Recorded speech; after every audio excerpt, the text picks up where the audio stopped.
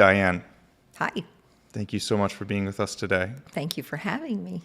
Can you please tell me how you got started serving in Philadelphia? Absolutely. I have a son. Well, I have 5 children. They range from 22 to 40. 2 of them are sober. One about, I think, 8 years, just by choice from drinking. But the other one, Shay, started using drugs and alcohol in middle school, lightly in middle school, drinking, and then started using drugs and alcohol in high school. So he's been through everything. He's been through rehab twice, a halfway house, sober living. He left home at 18 for the last time into rehab and has been somewhere ever since, and he's been sober 14 years. So, and he's phenomenal. So he lives in North Carolina now, but for a while he was in New Mexico on Ted Turner's ranch working. And I came down to, as a give back, about 7 years ago. I thought, someone asked me to come down to Mother of Mercy House and help them do something, and I just said, okay. So it was like serving food and welcoming people. And I did that, I think, once a week for a while until they asked me to be on the board. And then while I was on the board, I happened to question, like, how come I don't see any kids around here? And they said, well, they can't come out to play, which made sense. So I said, well, instead of doing what I do, how about if I work with the kids? That's more my speed. So I opened up an after-school program and a summer camp and like arts and crafts things, and I became the director of youth and family engagement, which I loved. And then over this summer, they asked me if I would be the executive director, which I said yes to, because I know the place like the back of my hand. I know the mission. I know what we're doing. I did say I'll probably only take this position for 2 years because the kids are really my heart. But we're getting more staff now, and I think I'm spread. I'm still at the after-school program after work. So that's what we do. We serve 3 communities. We served those that live in the neighborhood that are housed, just the regular community. We also serve the unhoused that have substance use disorder, most of them, and a lot of mental health issues. And then separately, we serve the kids. So we have like the 3 different areas that we cover, and I love it. What does sobriety mean to you? Ooh, sobriety is a beautiful thing and a scary thing as a mom. Wow, no one ever asked me that. So it's a beautiful thing once you get there. It's very, very difficult for anybody who has kids going through it. You just can't see a light. You really can't. You can have someone talk to you, you can have someone explain it, and you're drowning trying to help your kid. And then when they go through it, you're so excited. But even 14 years later, when Shay has no interest and has a life and a job and is doing really well, you just kind of see other people that are in recovery for a long time, and for some reason, then they're not. So as thrilled and as exciting as it is, there's that little tiny thing in the back of your head that says, don't get too comfortable. And even though Shay would not say that, I'm the mom. I'm not the person in recovery. So as a mom, you worry. How do you build kind of that tenacity to maintain, support that's ongoing and even with lapses and stuff? How do you maintain like that long term? I don't. That's on him, to be honest with you. I don't have to. I just have to know in the back of my head to always be prepared. But I've never, he went into rehab twice. Second time, stuck 14 years ago. So I don't ever have any worries, like a daily worry. And we just have a great relationship. And you do get that back. It wasn't great through it. But I always tell the guys outside, they say my family, they don't want me around anymore. And I'm like, yeah, they don't, because you're driving them crazy and you're killing them. But once you pull yourself together, they'll slowly come back or not. And at that point, you'll be in great shape and you'll meet new people. But usually your family, comes around. How did your experience supporting your family help make you equipped to help people in Kensington area? First, I'm a mom. So they would tell you down there, I just act like a mom. So, any parents that ask if I've seen their kids, and I have, I just say I love them up for 5 minutes. And, families have to let you go because you've done enough where the damage is done and now you've got to move along. And I get that. But I'm there just to give you 5 minutes to remember, this is what it feels like. I'm going to love you up. I'll see you again or not if you want to get in recovery. But I think I just run it like my house. Like I'm a mom or friend to the neighborhood. Nothing special. They don't need, bells and whistles. They just need someone that's there consistently to show up. And that means a lot if you show up. And I've been showing up. And I am white, and I'm different in the neighborhood. And in the beginning, I know I got a lot of pushback, like, oh, come on. And then when I tell them, I've got kids, that have been down here, and I'm going to show up until we get it a little bit better. And now they're used to me, and they realize, 7 years later, I'm still showing up. Could you describe for the layman what your role is and what area you're serving in? Well, my role is the executive director. So that means that I just make sure we run properly, and we make sure we have staff, and we're very low on staff. We're trying now, we're going to get some more people. But my role is a lot. We have all different programs, and, I've gotten some grants, but, when you get a grant, you have to write down the programs that you're going to try. Then I've got to follow them through. So it's a lot. I work a lot. And my family's not that thrilled, but I do believe that's where I'm meant to be. So my role is to oversee all the programs and make sure that things are going the way they should be. And what's the name of the organization, and what do you guys specialize in? The name of the organization is Mother of Mercy House. We're at the corner of F and 𝐏𝐢𝐜𝐿, which is right in the heart of Kensington.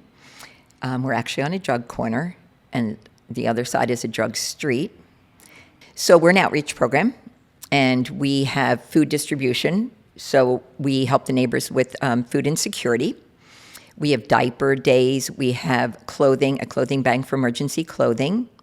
We have children's programs. We have Mass once a month. We have a health clinic the second Saturday of each month, which is through 𝐃𝐲𝐬𝐬. They come over and they do a wraparound health clinic. And during that, we have wound care, but we also have wound care every Thursday. That's the day that we have food distribution, and we give out snack bags to people on the street that want them. And then they're invited to come in for wound care. So we either have nurses or a doctor doing wound care. And I think starting this week, starting tomorrow, we're going to do it on Tuesdays and hopefully do it twice a week. So we have that. We have my favorite program right now is a program I started where the second and fourth Monday of the month, we invite the outdoor community in for lunch. And instead of eating on the run, which is what they normally do, or grab and go, the deal was if they come in and sit down for at least 20 minutes, we serve them Olive Garden. We serve them. They sit down, and we have it set up, and they get Olive Garden and a salad and a nice lunch and drinks, and then dessert also. And the first time there was a little tiny bit of pushback, like we don't want to sit down. And the deal is, well, then unfortunately you can't come in. It's like a restaurant. And then people started to say they love being with the community and sitting down like a family, and they remember what that felt like. And at each table, I have someone in recovery, and they're also from 𝐃𝐲𝐬𝐬, a care program. They bring people that are in recovery, or if you have a family member in recovery. And you sit there at a table with people. There's all different tables. And the deal is, I don't want anyone talking above them or pushing recovery. They all know what to do. They don't need to constantly be told. But we're there to talk to them. And if they want to talk about that, then we can. Sometimes they just want to tell their story. But someone's there to listen at every table. And I don't know, it's really, really fun. And they're so appreciative. And for every time we've had that, we've had 1 to 3 people choose to go from there into recovery, which is, I think, just an amazing result. Why is it so hard for people in Kensington to want to go to recovery? Well, there's a lot of reasons, I would say. Number one, the drugs that are out there now aren't the same as when my son was dealing with drugs. Trank is out there now, and they're putting Trank, mixing that in with other drugs. And I don't know, it's so much harder to recover from that. So even when they go to the hospital, most of the time they start to withdraw pretty quickly. And if the hospital's not prepared to give you something for withdrawal, then they leave. So it's hard to get them to go in anywhere knowing that they might struggle from, withdrawal before they even get to the point of getting help. So that's one of the reasons. The second reason is they're leaving their community, which now some of them have been out there for years. And it's hard. It's like saying you're going to leave your community, you're going to be in a lot of pain, you're going to be suffering, but on the other end, it's going to be beautiful. But it's hard to get someone that is using and feels comfortable and can get high enough to not think about themselves. It's hard to convince them that there's a better side. Sometimes Shay will FaceTime, my son Shay will FaceTime with some of the guys out. They know Shay from FaceTiming, and he'll talk to them. But even he says, when you're ready, you're ready. And if you're not, there's nothing we can do, But love you up. Has the Olive Garden dinners been a way to kind of help rebuild family connections and relationships? Well, we don't have their families in there, but enough that they talk to each other and they realize, they remember sitting down at some point, or they remember relaxing. Or Carl, my director of operations for the one that was near the Super Bowl, we did a Super Bowl theme, and we had the game on, even though it was a day later, we had the game on, and we did all Philly food. So we had like hoagies and tasty cakes and things like that. And that means a lot to them. So even though it's not with their family, it's like a community, which is their family. Because really, if you're on the street for 10 years or 5 years, that is your family. So, they appreciate that. What's it like showing tough love? I don't do a lot of, I did have an argument recently with somebody that I was taking care of, but I don't do a lot of tough love. That's not really my role. I think they've been through that with their families. So my role is just 5 minutes of loving you up, no expectations, nothing. And they really trust me. We're really a trusted organization, which I love, because I'm not going to be tough on you. I understand your situation. If you want help, I'd love to get it for you. Otherwise, if you need something, come here. We can chat, not chat. You need a hug, you get a hug. You want to shoot up right next to me, that's what's going to happen. And I don't hold anything against anyone. And they know that. So they do come to us a lot, knowing that there's like no judgment. Do you have anyone in your home community who kind of gives you an interesting look when you share where you're going? Everyone in my home community, and my children, and my husband. They've been down there. All my kids have been down there, but I guess they don't get it as much as I do. They're like, okay, come on, Mom, you could work I drive an hour. So they're like, you could work closer to home and it's safe, but Kensington is safe. The people that I deal with, they're doing drugs. They're not shooting me. They're doing drugs. They're not trying to get me to do drugs. When the kids are there, I have some guys that we know, we can tell, they'll clear out the front. We have a very good relationship, and even my brother has talked to them on the phone, the guys out front. It's a mutual respect. And so, yes, some of my friends think it's petrifying, and it's not. Maybe at night when if gangs come out, I don't know. But during the day, I don't have any fear down there. Do you think that kind of the stigma around drugs and that culture also helps kind of propitiate it a little bit, like people's fear of it? Yes. And I think a lot of people don't understand. And when you see pictures and it looks like zombie world down there. And you have guys going around and they're filming them, and then they're putting up and they're saying not nice things, and they're questioning them, and the questions aren't nice. Like they ask 3 nice questions and then they'll ask them something inappropriate. And a lot of that happens. And I think people see that, but they don't see the other side. You can come to our luncheon and have beautiful conversations with them. You don't need to have sensationalism about Kensington, I don't think. And if someone does that and that's their thing, I'm not going to be against it, but that's just not our thing. Can you tell me how your presence is able to bless the people in the community of Kensington?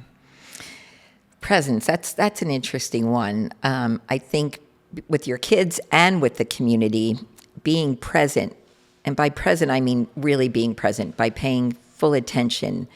That's actually hard for me. I used to not be able to do it, and it's something I work on. But being present in a conversation, being present with the person you're with, not being distracted, I think is really important. To listen, to listen and to be present and to show up.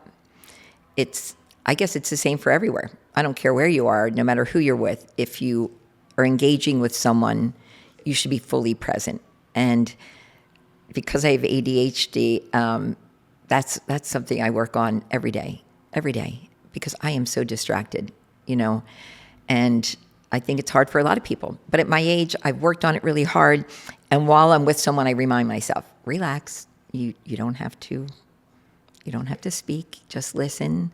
Sometimes just by listening, they solve their own issue just by talking. And me trying to help them solve it, it really doesn't work.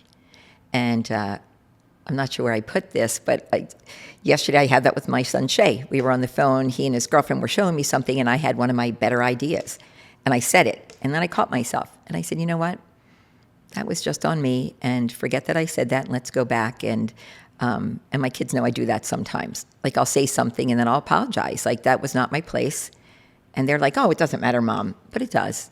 I don't need to tell adult children that their couch would look better a certain place. Just be present and listen to the person.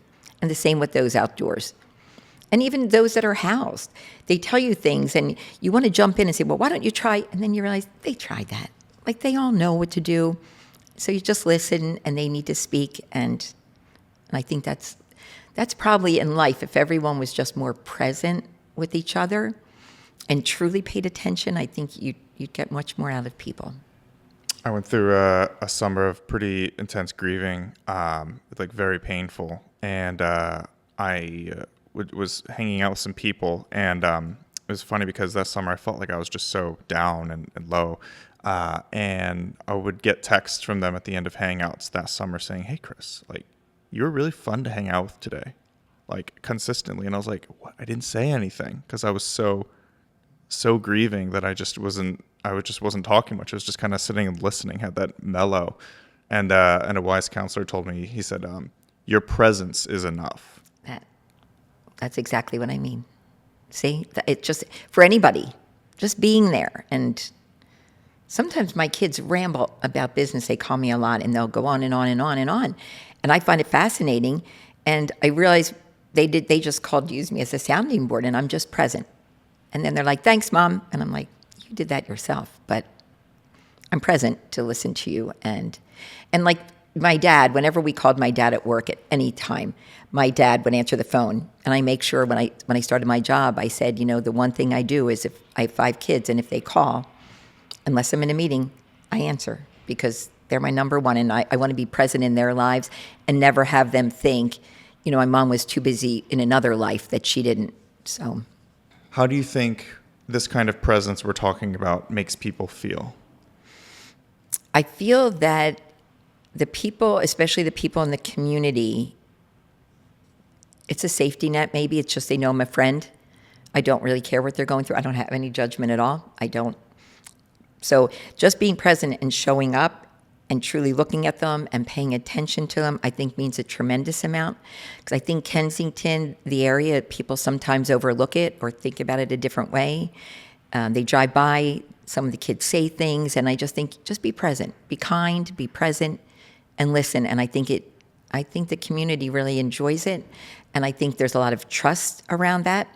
It took a while being down there, but then they realize she is listening.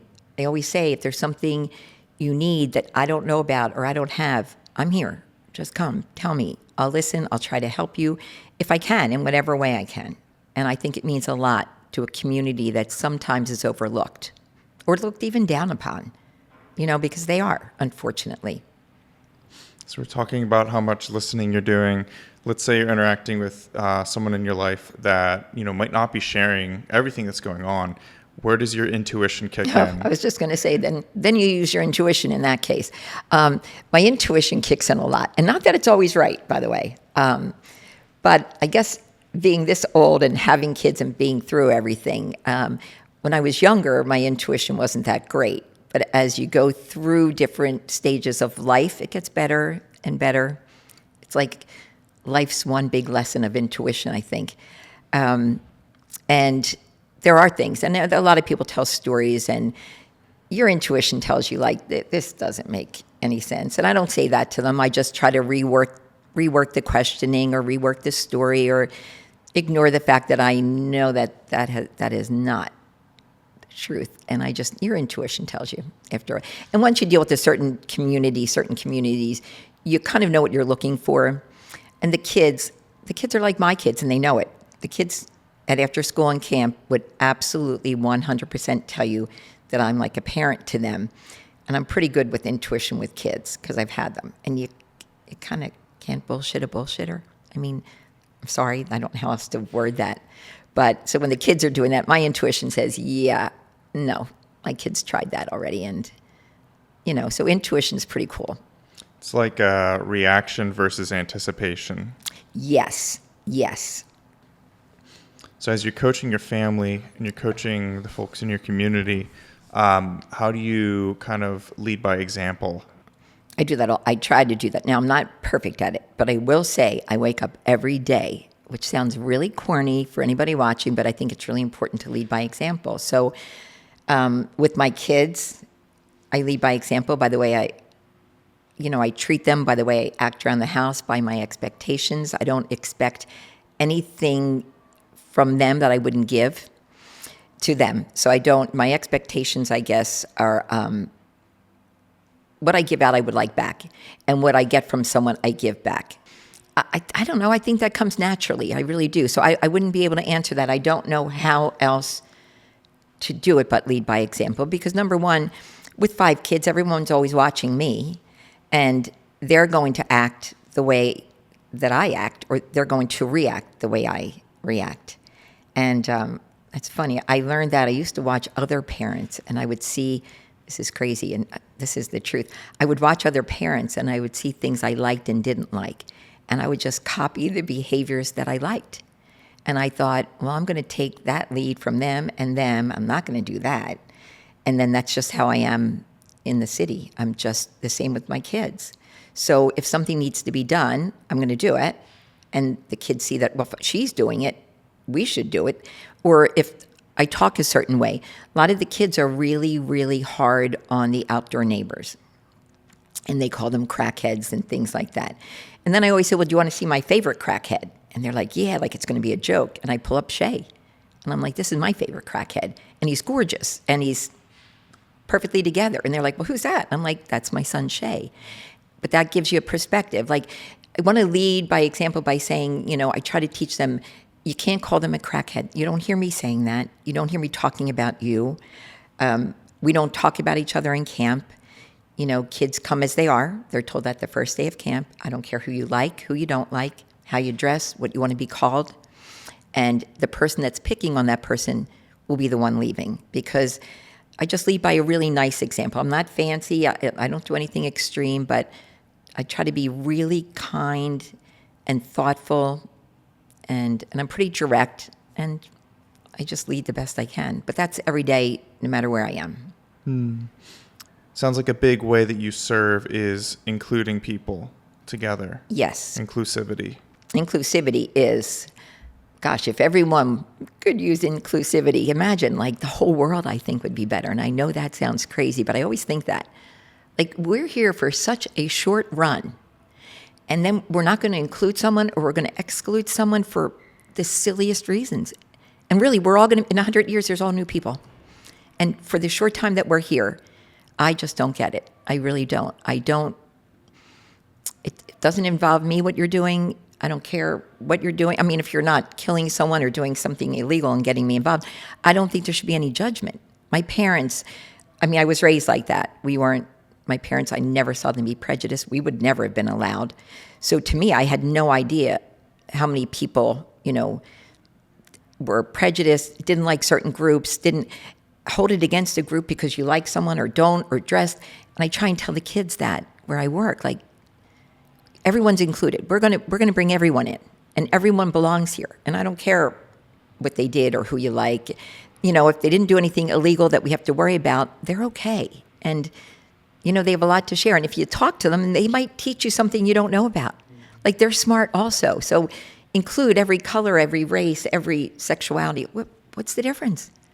So that's how I live. And down here, sometimes I do, my kids are used to it, but down here, sometimes I get pushback. And then we have to discuss the whole thing, which I love to discuss. Like, well, what would make you think that? Or why would you act like that? And what makes you better than that? And that's something I think is an interesting topic and would be life-changing and world-changing if everyone just did their own thing and let everybody else just be themselves. In your office, which I've had a couple coffees at, there's a banner that says, "People don't remember what you say or do; they remember how you make them." Yeah, that's so cliche, but that is my. It's very cliche, but listen, it's cliche, but it's perfect. And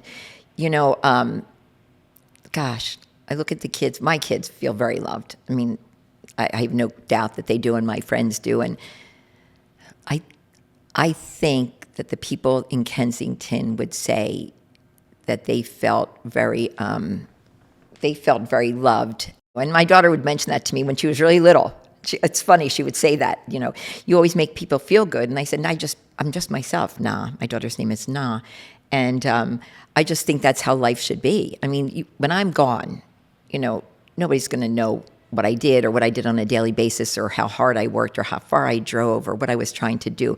But I know even now there are kids in my program, I know they're going to remember how much I cared about them. I know they do. I know those kids know that I love them. If you said, "Does Miss Dianne love you?" Yes. What did she do all day? I don't know. Did you feel her love though? Yes.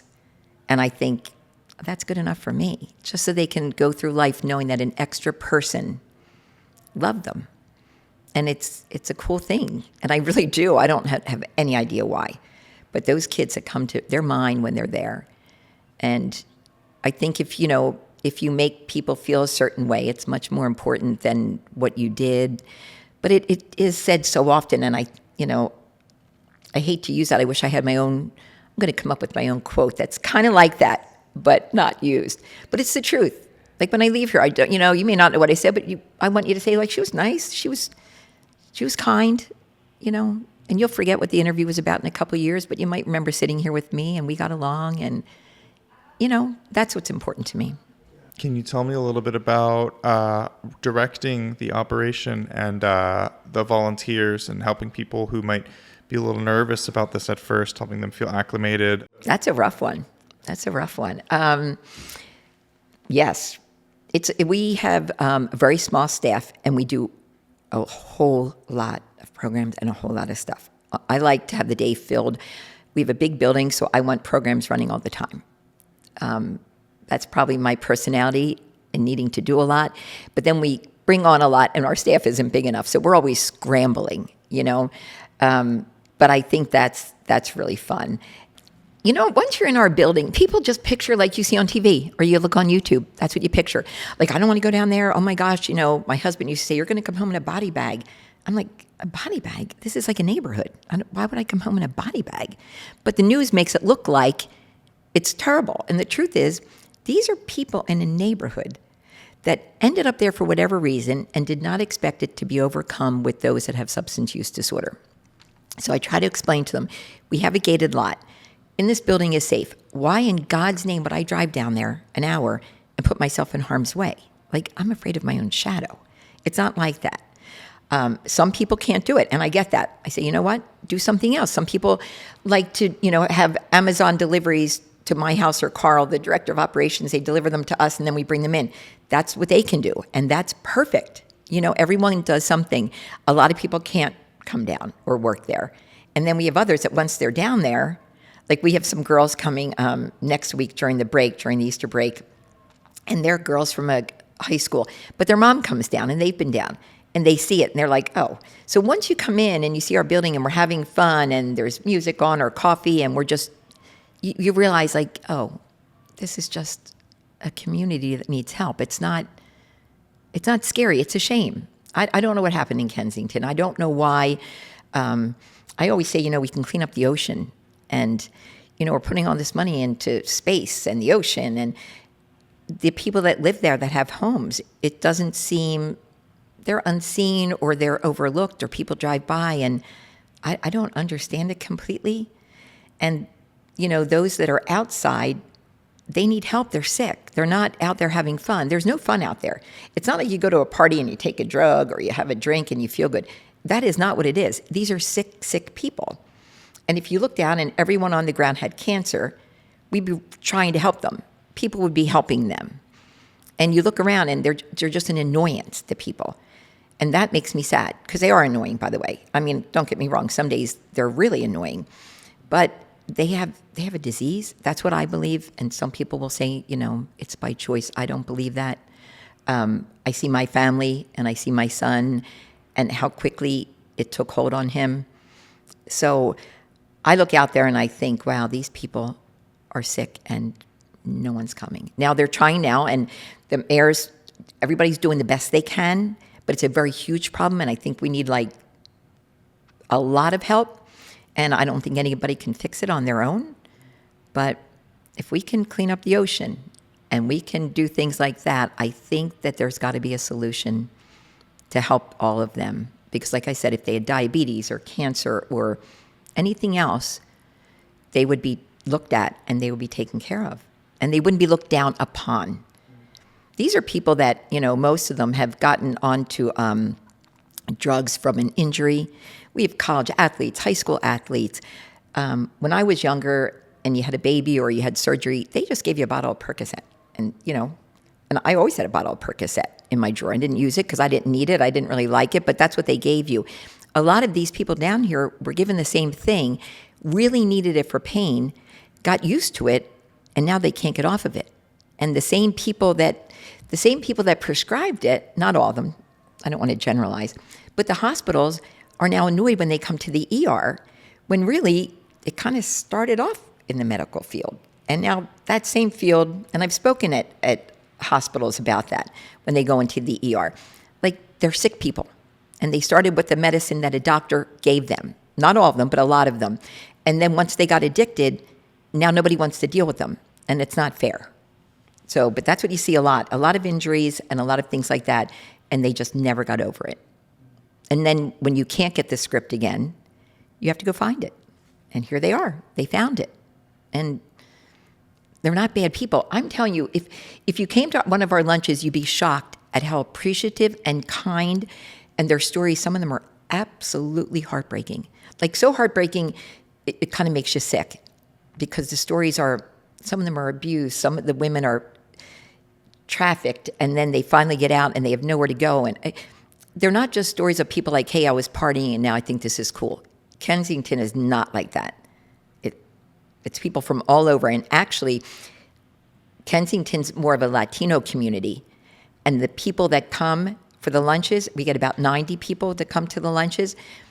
Latinos are only, I would say, a handful, because I don't speak Spanish, and I speak to everyone at the luncheon and the communities. So Kensington community, that's not where these people are coming from. That's where they're landing.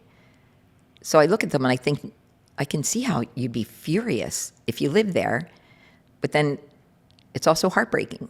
Where are the folks coming from, if not from Kensington? Oh, I see people from my area. I'm out in Montgomery County, Bucks County, Philadelphia, all around Philadelphia, but they're not the ones that are living right there on the street. They can't even come out and sit on their stoop. Like, they have cute row homes that they could sit outside at night, and then, people use the front of our place as a bathroom. There's disgusting things, really disgusting things. But I don't know what it's like, and I try to think of that. I don't know what it's like to be in that position, living on a street. You don't have a bathroom. You don't have a shower. You have nowhere to go to get fixed up or cleaned up or even enough clothes. You wear the same outfit, same socks, same shoes, all day, every day, rain, snow, sleet, hail, until you get another set. And now with the wounds from xylazine and things like that, we have more wheelchairs, more walkers, amputations. Where do you want them to go? They can't even get far. So now they're on the street overnight, all year long, in a walker or in a wheelchair. And it's like, it's a big project. And it's like whack-a-mole. And I know that sounds really ridiculous, but I go to work and I think, half the time I start a project and then there's an emergency. Someone needs Narcan outside, or something happened or something, and you don't get your work done. And then I go home and I think I didn't get enough done, but I did get a lot done, just not what I planned, Why does gratitude remind you why you're here? Yeah, okay, that's a good one. Gratitude. Gosh, there's a lot. There is. Sometimes you have to look for gratitude. Sometimes it's a certain feeling. I'm grateful that I can be there. I'm grateful that, when someone's talking to me and they're telling me a story and they're looking at me like, oh, this is like somebody's suburban mom. And I know what I look like. And then when I say I have 2 kids in sobriety, one's 14 years sober, their attitude's completely changed. So they're grateful for me because I understand them and I'm willing to help them. And then you're down there and your whole day could be just disturbing and horrible trying to help people. But then there's things down there that, like, you get a hug from the kids, or the kids are genuinely thrilled to see me. When they're excited about camp, like they talk about camps coming up. Llaneras, one of the little girls there, told me the other day it's 76 days. And I think now we're down to probably 71, which she'll tell me tomorrow after school. They count the days to camp. And they're so grateful, which makes me grateful for my job. So it's a mutual thing. They're grateful to me and I'm grateful to them. And the gratitude is abundant because it's we're working together and we both, both of us, my kids, and then I'm going to talk about Kensington and all the communities. It's the gratitude is what gets you going because Feedback off each other. Yeah. Otherwise, I'm not sure if I could work there if I didn't get something out of it. And it is a job. Don't get me wrong. And I'm grateful for that, and I'm grateful to help everyone. But if I didn't get little pieces back now and then to make me realize that it's a mutual gratitude, it would be very difficult for me. But yeah, I'm grateful to them, and I think they're pretty grateful to me, and it's a mutual respect. And yeah, gratitude means a lot. Can you tell me a little bit about what hard days look like for you? Oh my goodness. Hard days are when there are so many emergencies outside that nothing gets done. Well, that's almost every day there's something going on that you can't go into our job. I have like a list every day.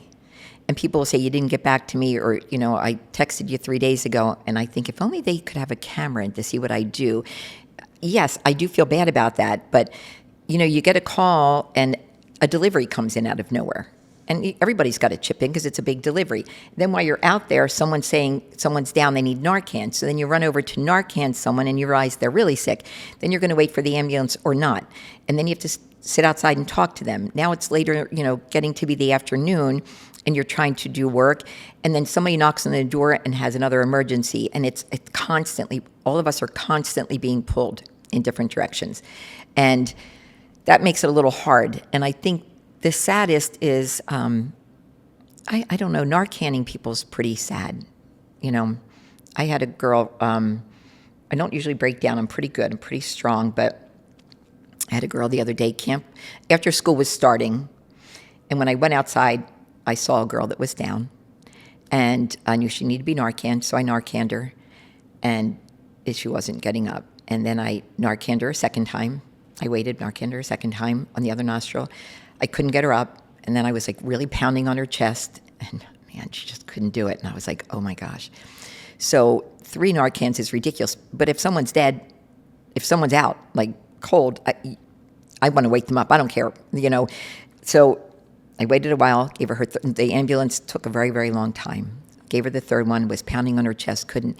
And then a guy, Charlie, I don't even know who he is, came up behind me, and he said, you have to push harder. And I was petrified, and I was pushing as hard as I could into her chest, and he came over and started pounding on her chest, and finally she, Wow. And then I was sad because I thought, oh gosh, I didn't do enough. What if he didn't come by and I didn't get her chest hard enough?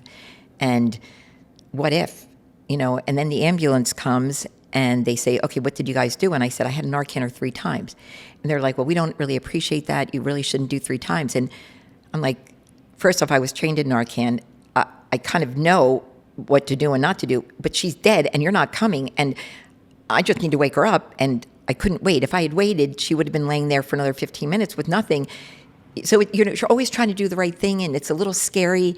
And then you go in, and it kind of ruins your day. And then I rethink that and play it in my head. And that happens all the time. Wow. All the time. Things like that. You run an errand. I was running an errand. I actually may have been going to get coffee, to be honest with you, driving home, and there was a guy flat out in the street, and they had already used their Narcan, and I said, you need help? And they're like, we don't have any Narcan. And then you jump out, and you waste that time, but then your body goes into like a little bit of a panic, which ruins like the next 2 hours. So the days are not like, oh, you go to work, and it's never the same 2 days, never. How do you recenter yourself when you come home? It's hard. I like my hour drive. People always say you drive so far, but you know what? That's a beautiful thing. On the way in, if I can't get thoughts out of my head, I play music really loud, like Queen or something that really rocks me a little bit. And then on the way home, I just had to decompress. If I had to make phone calls to my kids or if I had to call someone, I don't make heavy phone calls, but I try to make some light phone calls. I listen to a podcast, and that way by the time I get home, I don't. And I try not to carry it. It's hard, but I didn't think I could do that, but I really am pretty good at leaving work at work. Otherwise, I wouldn't be good for anybody. So. Well, you can call me anytime if you need someone to talk Thank you. to. Let's call you on the way home. I'll bounce some business ideas off of you. As my kids do all day, which that also helps. I mean, the fact that they call me with things that have nothing to do with my job, that really helps. Talking about something that I don't know anything about and I'm learning. And you have to listen and be present. And, Tell me what's next for you. Oh, a lot of fun things are next for me. So the next big thing we're doing, which I think is going to be fabulous, like the lunches that turned out so fabulously. In September, I'm opening up a Life Skills Academy at Mother of Mercy House. It's something I wrote for my kids' school years ago, and we never went through with it, but it's going to be for high schoolers, like 13 through 17 or 18, and they will come probably twice a month on a Saturday afternoon. And they'll have to sign up. I mean, it's going to be a course. And they'll learn all life skills, like the kind of things I teach in the summer. The kids learn how to sew, and they learn how to cook, and they learn the map and all those things.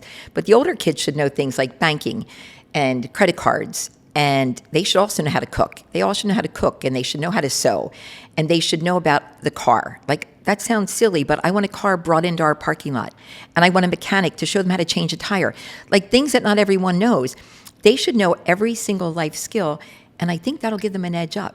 So if they know all those things and they can have conversations about them and they understand banking and the bank comes in, and I'd like to make sure they all have a bank account open. And for my grant, I'll give them each a little bit of money to open one. And then we'll discuss why you save and what you're saving for, and just all life skills. I mean, there's a million life skills they need to learn. And I think there's about 24. And what I'll have is, I don't want to teach it because that would be me teaching things I'm not great at. So I will have a speaker in at every class that's really good in their field. So if it's about banking, I want a really enthusiastic, fun, someone that's going to grab their attention and explain banking in a way that they'll enjoy. And if it's about the car, I want a local mechanic that loves his job. I just don't want people like a teacher to teach every single class, because then it's not right. So I have to look for 24, I think it is, speakers to do the different topics. And I'm excited about that. I think it's going to be a pretty cool program. It's so exciting. I love that, finding little specialists who can get them excited off of what they do. And if they like something, like even woodworking, and I just think they should learn a lot how to use tools. I want a carpenter to come in. They should be able to fix things in their own homes, things that you don't learn in school, like simple things. Learn how to use certain tools, learn how to change a doorknob, just a couple things, so they feel like any conversation they get in, they'll be able to have a conversation. If someone's talking about banking, they'll understand that. Someone's talking about credit cards or savings or their car. I want them to be able to talk and get in every conversation and feel confident, because I think by them being confident, they're less likely to be asked to be a drug runner, because that's not going to be appealing. It's not appealing. We know better. Like, we're cool. We're going to get out of here, and we're not going to be a drug runner. And I like that. So, where can we find you? Mother of Mercy House, F in Allegheny. We're at 720 East Allegheny, 19134. I will say that I would not work there if we didn't do exactly what we said we were doing. So donations and all, they go through me, and we work super, super hard. And I love it. It's my passion. It's where I'll be, I guess, till I die, because I can't leave the kids. Each time a new group of kids come in, I fall in love with them, and I'm like, okay, well, I can't leave them, so I guess I'll just be there forever. Thank you so much for coming. You're welcome. Thank you for having me. I appreciate it.